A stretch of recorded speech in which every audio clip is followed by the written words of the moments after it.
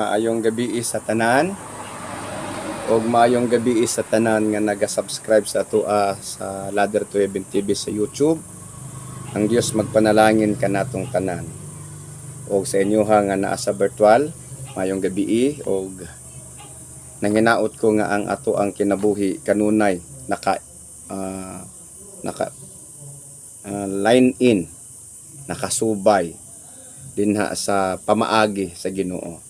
Kitang tanan, ako anak sa Dios. Ang akong kinabuhi iya lamang ni Kristo. Si Kristo alang kanako, walay labot ang yawa nato. So karong gabi atong hisgutan ang reminders of all believers. The reminders of all followers of Christ, of all true followers, true Christians, true believers. Okay. Hebrews chapter 10 verse 35 to 38. Ato ang balikon pagbasa sa Bisaya, sa Tagalog. Gibasan na kaganina sa Bisaya, ato ang basahon. Busa ayaw wad-a ang inyong pagsalig, kay duna kini dakong balos. Kinahanglan nga magmapailubon kamo, aron mabuhat ninyo ang kabubuton sa Dios, ug madawat ang iyahang gisaad. Kay sumala sa giingon sa kasulatan, dili na madugay, siya nga umaabot, muabot gayud, dili siya maglangan. Apan ang matarong kong katawhan, mutuo ug mabuhi. Apan kun may musukwahi kanila, dili ako mahimuot kaniya. So karon ato aning isa-isahon og hisgot nga mga pahinumdum. Okay. Reminders, pasidaan.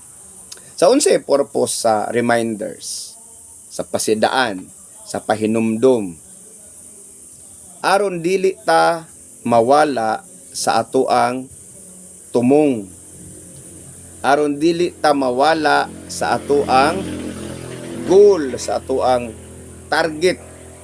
Mo nay purpose nga naay reminders. Mabitaw nang sa kalsada na ay makita nato nga mga signs, di ba? Kunyari, layo pa ang kurbada, gibutangan og reminders. Sharp curve ahead. Unsay purpose? Para katong nag-drive nga makabasa, ang manghitabo sa iyaha, mag-amping siya, yan ang balansihon daan nga sa unahan, sharp curve. So kung mag-drive siya karon, dili siya kasabot, o unsa nang naadinha sa unahan nga gisulat warning nga signboard, so dili siya mahimong makabantay nga kana diha lubak, kana dinha sharp curve, kana dinha slippery. So nagmeet na ay disgrasya o na ay aksidenteng manghitabo tungod kay makita man nato nga gi-ignore niya kay wala siya kasabot. Kay dili siya kabasa. Inana lang gyapon na ang giingon sa Biblia sa tuwa mo nang ingon ang Ginoo sa iyang pulong nga ang akong katawhan mga laglag tungod kay nakulangan sa kahibalo. So ang reminders importante kayo. Og kasagaran ang reminders ihatag ngadto na sa mga hamtong. Amen. Ngadto sa mga kapiyalan, ngadto sa mga kasaligan, nga pahinumduman ta kanunay. Munang ingon siya dinhi, number 1 nga reminders, ingon siya, ayaw wad-a ang inyong pagsalig. Okay. Ang sa number 1 nga reminders, ayaw wad-a ang inyong pagsalig. Ngano di ay mawala di ay ning pagsalig. ug sa unsang paagiha nga ang atong pagsalig sa Ginoo mawala. Unsay makapawala sa pagsalig sa tao ngadto sa Dios? Number 1, kung ang tao naa siya sa hilabihan kadaghan nga problema. Hilabihan ka grabe nga sakit. Hilabihan nga kalisod. Ang atong pagsalig mag-anam-anam ug us-us. Bisan gani ang mga tinun-an sa panahon ni Jesus. Niingon si Jesus Christ, pagkagamay sa inyong pagsalig. Kanusa nasulayan ilang pagsalig? Sa dihang gibutang sila sa sitwasyon sa Ginoo nga mga lunod sila, dagko ang balod, walay makatabang sa ilaha, walay makarescue kay wa may Coast Guard sa una. So walay makarescue. Ang nanghitabo, nanghadlok sila mga matay, natarantar sila, gipukaw nila ang Ginoo, kay ang naay pagsalig makatulog lang man kung daghang problema. Ang walay pagsalig di siya katulog kay ma-stress siya. Pero kadtong naay pagsalig sa Ginoo, makatulog gihapon bisan og naas taliwala sa daghang problema pagkaanindot no. Munang gipakita ni Jesus Christ kung naa kay pagsalig sa Amahan, nakay pagsalig sa Ginoo bisan pag palibutan ka sa problema, makatulog lang gihapon ka. Pero ang tao pagka naghang problema, di siya katulog. Bisan gusto siya matulog, di siya katulog. Ngano man, tungod kay wala siya pagsalig, dili tungod kay jutay ang pagsalig. Ang jutay nga pagsalig makapaapekto sa pagtuo nato ug makabara sa paggawas sa Ginoo sa iyang gahom. Sumunang gipahinumduman ta sa katapusang mga panahon kay naa naman ta sa last days, munang gipahinumduman ta. Kay dinhi sa last days, mas grabe ang mga panghitabo. Mas grabe kadaotan ang tao. Mas grabe kakanabang delikado nga ang ato ang pagpangalagad mawala. Kay ang kalaban dili man siya violent assault. Ang kalaban kaniadto lutuson violente. Ang pamaagi sa pagtugi sa Christians. Sa pagbara, sa pagtubo sa Kristohanon, bayulente kaniadtong panahon, bayulente. So pipila karon bayulente ang pamaagi gyapon. Pero mostly karon ang pamaagi sa yawa is friendly approach. Mahimo nga maluyat ta sa pagtuo tungod kay naatay participations didto sa paagi sa yawa. Example isa sa mga nakapaluyan nato sa ato ang makapawala sa ato ang pagsalig sa Ginoo mo na inigabot sa problema, dali ra ta kayo maapektuhan. Unang-una, kay makulangan ta og panahon sa Ginoo. Makulangan tag panahon sa pagbasa, makulangan tag panahon sa pagampo, makulangan tag panahon sa pagsimba. Nganuman, tungod kay mabisi man ta.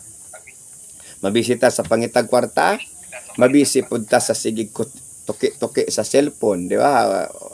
Dili ang cellphone apil na sa basic need sa tao. Ang basic need sa tao,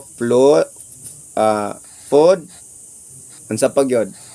Clothes and shelter. Karon dili na siya, tulo. Upat na, apil na ang cellphone. Ang tao dili mabuhi kung walay cellphone, dili siya mosugot nga wala siya cellphone. Murabag dili mosugot nga walay sanina. So mao na nga in the last days adunay tendencies nga malayo ta sa Ginoo, mabulag ang tao sa Ginoo tungod kay ang pamaagi sa yawa is friendly approach. So kwaon sa niya tong panahon sa Ginoo, kay kung layo na ta sa Ginoo, wala na tay panahon pag atake niya, pag abot sa mga pagsulay, matangtang ang atong pagsalig sa Ginoo. Mawala ang atong pagsalig sa Ginoo. Amen. Munang number 1, ingon siya, ayawad ang inyong pagsalig. So kitang tanan kamo nga nasa YouTube, salat ninyo. Number 1 nga rason nga nung pahinumduman ta tungod kay mas intense ang ato ang panag-away karon. Okay? Di sa spiritual. Ug ang paagi sa yawa is friendly approach. Miguhon ta niya para malayo ka sa Ginoo. Pinaagi sa mga butang nga nakapalibot sa ato ang palibot. Kahilayan, cellphone. Ang cellphone karon na natanan ng kahilayan. Kung gusto kag movie marathon, sa cellphone. Gusto ka og disco sa cellphone. Naa na tanan. Games na sa cellphone. Wala na kay pangitaon, isa lang ka cellphone. Naa na tanang matang sa kahilayan. Okay. Muna siyang number 1. Ayaw wad-a ang inyuhang pagsalig. Number 2. Magmapailubon kanunay. Magmapailubon. Nganong kikinahanglan nga magmapailubon? Tungod kay ang mga kinaiya sa tao karon mabu na lagpasensya. Nganong mubo magpasensya?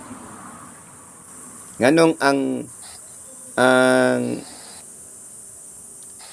way of living sa tao, system sa tao karon kay mura man og untouchable. Makita nato sa gobyerno, di ba? Away-away, untouchable. Makita nato sa mga kasimbahanan, away-away po, dinautay. Makita nimo karon diha, ba? Pare versus pastor, mga liman, pulihanay lang din na sa reels ug mga iyahay lang og pangdaot. Ang matag usa og usa ka sikta. Walay magpailob, walay magpaubos, walay magpautang. Pag ang isa mo daot, mubalos po dayon. Unang sa last days, mawala na ang pagpailob, mawala na ang pagpaubos. Kaning duha, masulayan ni siya ang pagsalig, may sulayan sa problema. Kung naatay problema, masulayan nato. Kung naabot ay pagsalig sa Ginoo. Ang pagkamapailubon, masulayan pod. Inig na ay mubikil sa ato. Diba kamo nga naa sa YouTube, magtanaw. Na may mga panahon nga nabikil ta. Dagang mga panahon. Depende sa atong response. Diba? Mauna nga adunay pamaagi ang Ginoo nga gusto niyang masabtan nato. Nga kining pagsalig o magpaubos o pagka mapailubon ato ang i-maintain kay mao kini ang makapahimuot sa Ginoo og niining paagiha ang atong pagtuo diha sa Ginoo malig-on. So dili ta masaag kay usahay masaag ta sa dihang masukwahi ta og masaag ta sa pamaagi sa Ginoo sa pagkinabuhi sa dihang di na nimo makaya ang kasakit, ang bikil, ang problema nga moingon ka bahala na ni oy. Bahala na ni. Ug unsa goy maabtan ani? Bahala na ni. Ana, ang tawag ana marka bahala.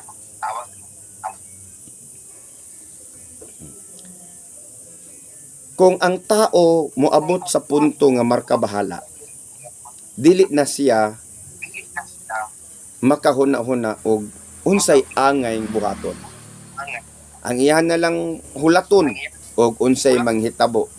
That is the signs of hopelessness. Nanang wala na paglaom. Munang dalahon na lang murag gapnod ba, dalahon sa balod. Kung asa dalahon, uban-uban na lang pud siya. Munang sa katapusang mga panahon, maunay manghitabo. Ug maunay ato ang angay huna-hunaon. Nga kung moabot pa na nga panahon, moabot man ang dagkong mga problema, mga pagsulay, moabot man ang mga panagbingkil-bingkil o panag-away, kaantigo ta mo pailob, pag-abot sa problema, ang atong pagsalig sa Ginoo intact lang gihapon. So, mo nang gipahinumduman ta para magkinabuhi ta sumala gayod sa pamaagi sa Ginoo. So dili ta musukwahi, dili ta malihis, dili ta masaag kay nakahibalo man ta sa panahon sa problema asa ta mo duol. Sa panahon sa naay mo bikil sa atua, unsay angay natong buhaton.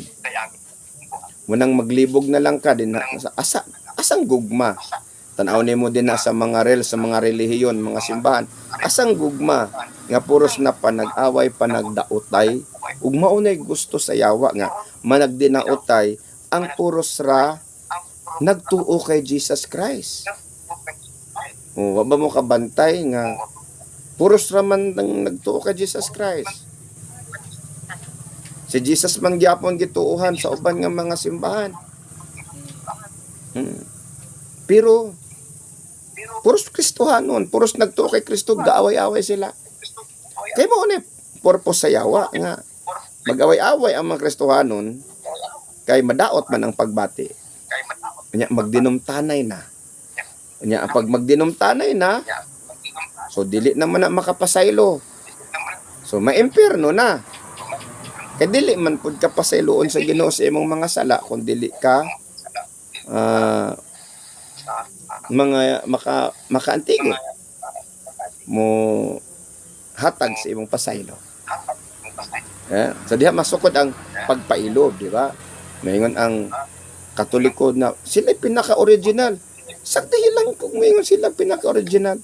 Maingon pod ning ubang reliyon nga sila tinuod. Sagdi lang kay ang tinuod mailaman na sa kinabuhi, sa batasan, sa kinaiyahan nga naay Ginoo. Amen.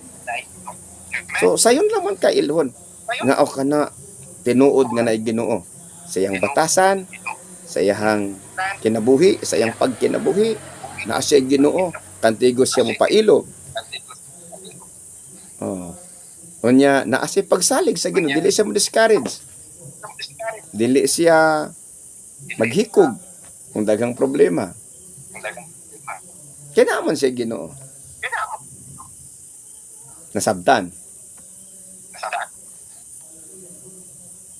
Ang hopelessness moabot na sa tao. Ingon ang Biblia, in this world you have many tribulations, but be of good cheer. Ingon si Jesus Christ, because I overcome the world. Gibuntog ko na ang kalibutan. So buti pasabot nga mag-expect gyud tag pagsulay para masukod ang atong pagsalig. Mag-expect gyud tag lutoson, biklon ka, awayon ka para masukod ang imuhang pagpailob.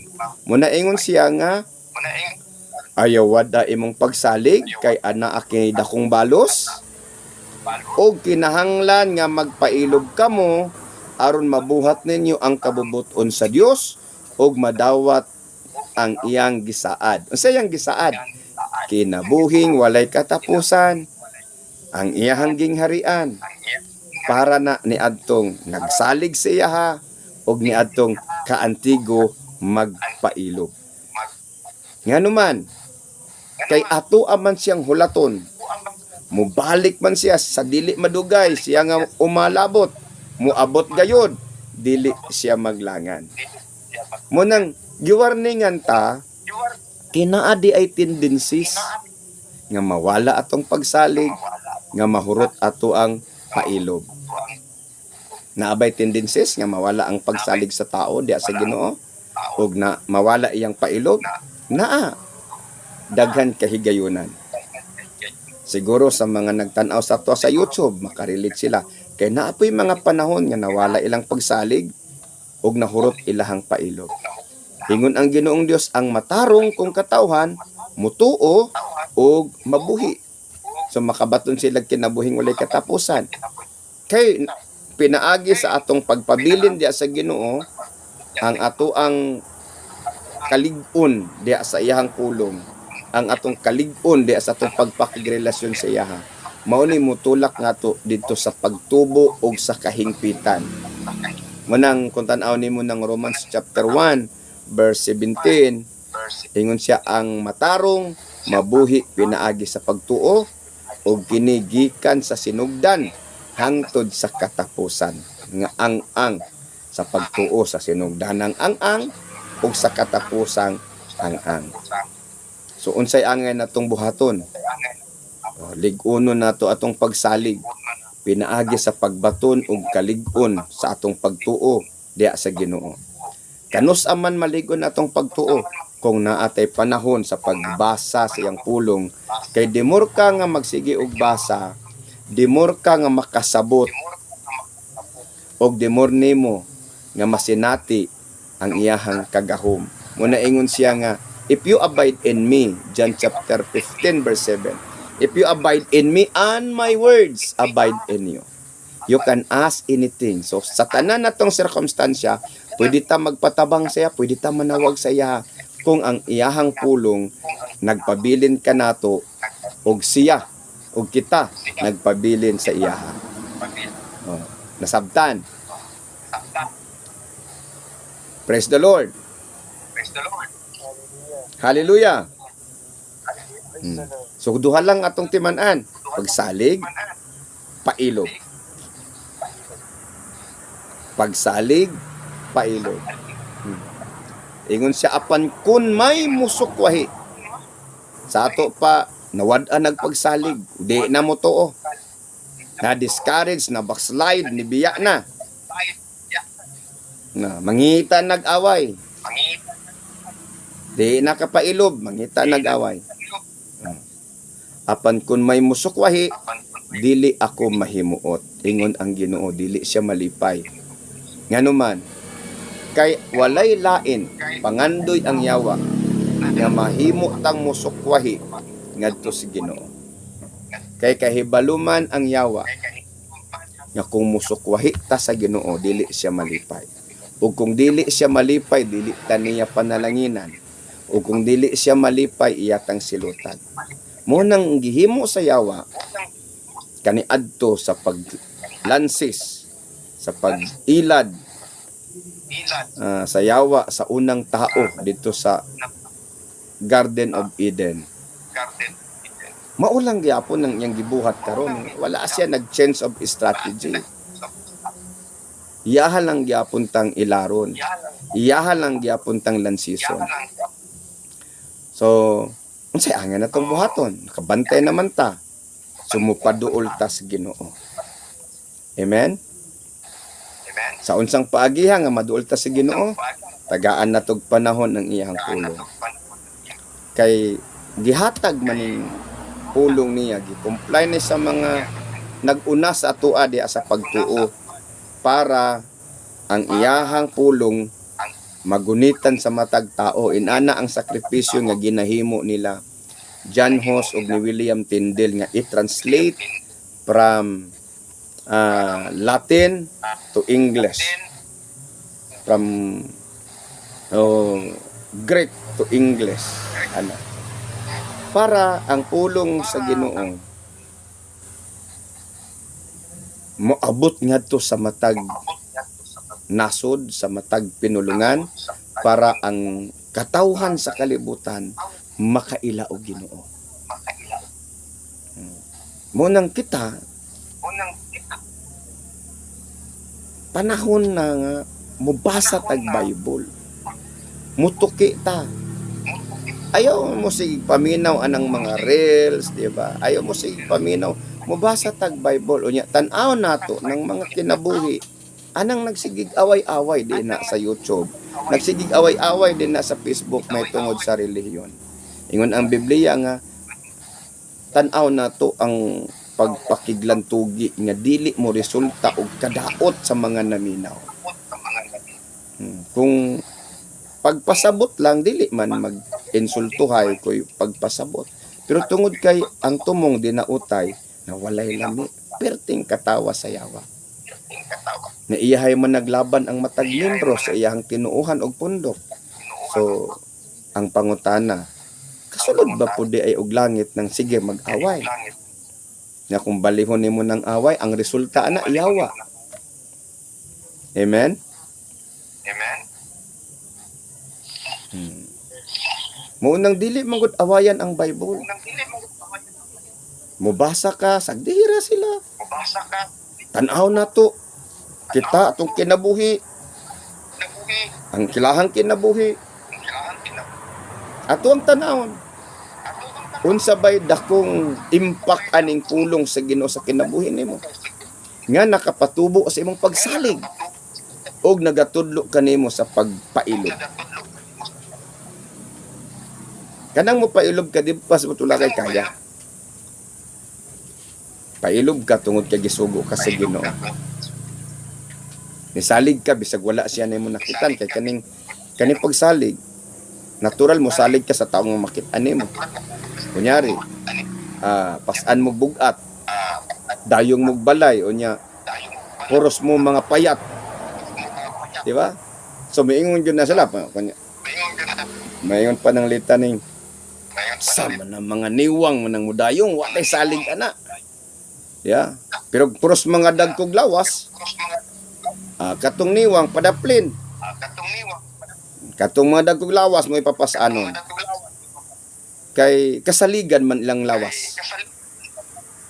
Kini karon sa ato ang pagtuo diha sa Ginoo. Lisod man mo salig kay wata ka kita. Di nato siya makitaan. So everything nga atong buhaton sumala sa pagtuo o pinaagi sa ampo. Yeah, kaya atong sa bidding, ni dingdong sa, di ba? Di ba ta kay balo nga ang kalaban po di ay naningkamot po gutos po sila nga sila po makakuha sa bidding, makadaog, di ba? Pero ang Ginoo nakaibalo na siyang daan. Kaingon man niya nga ana ay panahon sa tanang butan.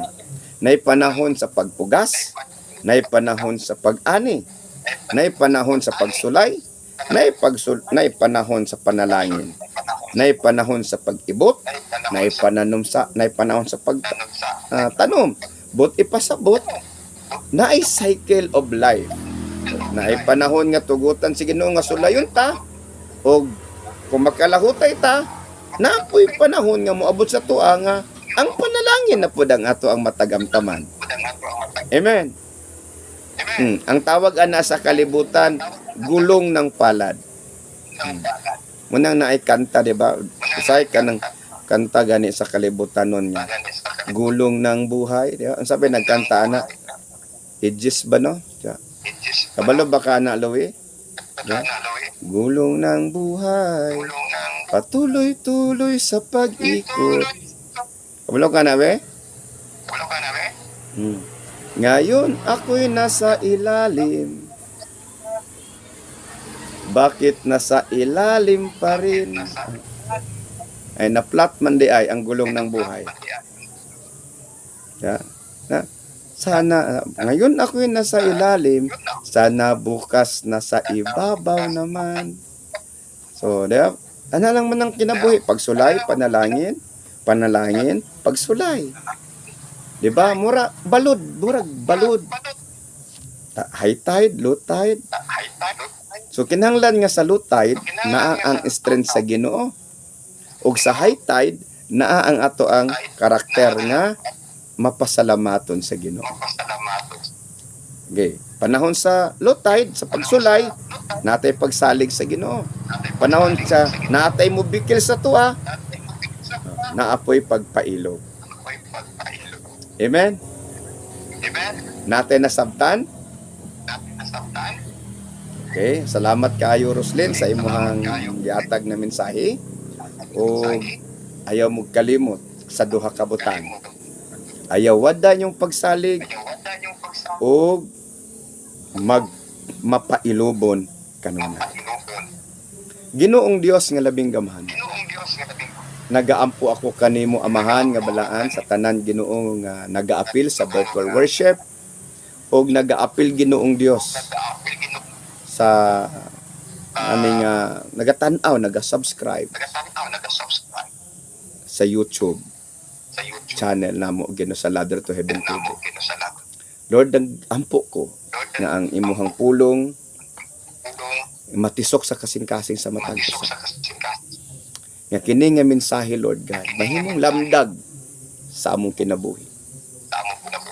Nga imo ming pahinumduman kanunay nga sa katapusan moabot ang malisod nga panahon. Apan gikinahanglan namo nga magpabilin mi nga mosalig kanimo.